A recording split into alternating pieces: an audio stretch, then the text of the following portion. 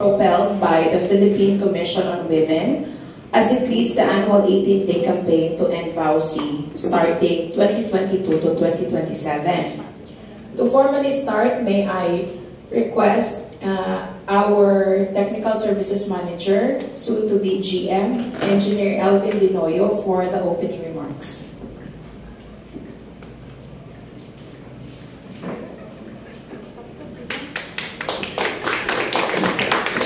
Thank you, Kim. Good morning. Good morning.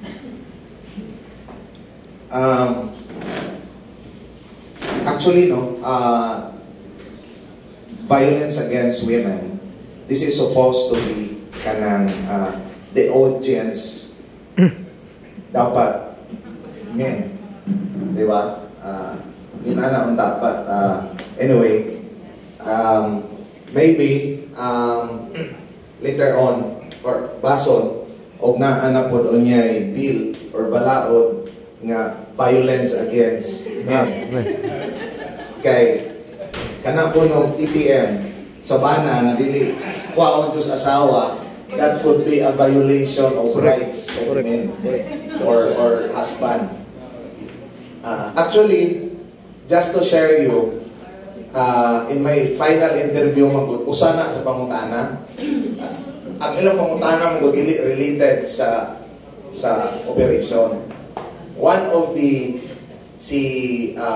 Boa Badilles, ang una niyang pangutana nako, naa ba mo'y premarital agreement sa imong wife? Tingala ko ba? No sir. Ingon siya, it's because it is written here during the BI that your salary 100% goes to her. Ano siya, anak ito. But ngayon na po ko nga, yes sir, but what is important, the ATM is with me. So isa nga, well, is that fair enough? Yung kumawa, hindi naghatang sweldo ni sila. So, na-recall na ako nga, tinuod bitaw sa, I think that's also husband's right. Correct. Dapat dili ko ako ng ATM. Mag-ulat lang yun. Debo, pasok kayo, kundi. But anyways, violence against women, the premise of this one, kuan man god, women are always vulnerable sa mga abuses. Ay uban 11 years na niya, gubulag ra gihapon.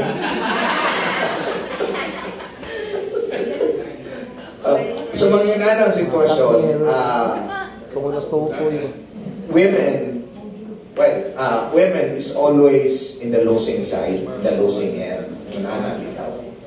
Okay, ang mga lalaki manggod, magpakalalaki lang yun, but violence against women, this specific law, this explain further nga naagyoy, well, di manggod nato malikayan nga women are claiming equality with men, ba nga o say mabuhat sa mga laki, mabuhat na namo. There are police women, di ba? There are women pilot. Pero ka mo kabanday vulgarizer nga bayisa? Then but we cannot also deny the fact that feminine as they are, bahilag yun na sila. And they're vulnerable sa mga abuses. Mauna nga, our country, the Philippines, is really into protecting the rights of women. And nang naibaw or naibaw violence against women. I know for sure sa Noreco, wala pa yung women nga or na-violated na. But will not wait until such time na ay vow nga mahitabo o sa patamuhod o ingon ani nga orientation. At the end of the day, we treated all our women co-workers well, and we respected each of them, each of you. But what the LMC are doing this one for us to be aware.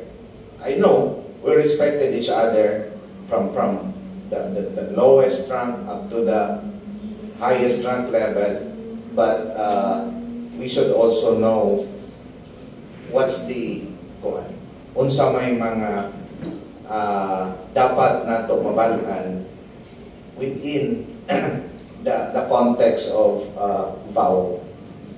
violence against women. Kay basin niya o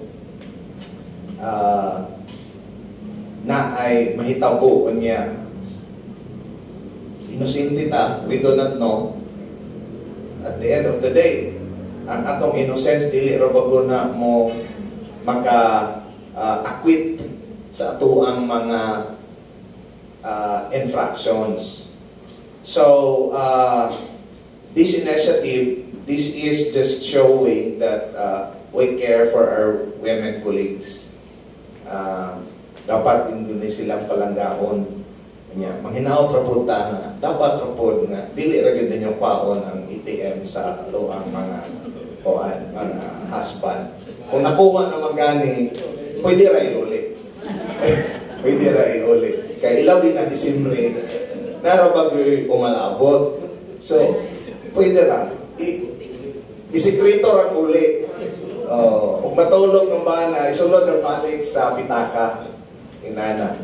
Anyway, again, we're thankful that we have a resource person that responded our request, and hopefully we can learn something from this one, which we can also apply dili lang sa ato ang organization but also in our family while we are outside of Noreco. Adto tas ato ang mga travel sahay kanang mag departmental outing ta ganahan kita sige tapos bakulod basig natin na violate ana nya wala tay kalibutan, so we have to be aware kay lisod na o ulahin na ang tanan usa ta nakabalo nga uy violation na ito. So, maybe for the LMC, Jutay Ramantap, I urge you nga dapat na ay other setting ngayon ani, maybe next year, nagutay specific nga atong paatinon. Kay katong mo kinahanglang mo attend wala karon. Taga-bais. Na ay mga kinahanglan gyud ta mo attend pero wala karon. So, we will set another round siguro of orientation like this para adtong mga importante gyud kayo nga mga kauban nato. So again, I am thankful with the initiative of the LMC and also our resource person, and again, hopefully we can learn something from this one. So, daghang salamat, maayong buntag na itong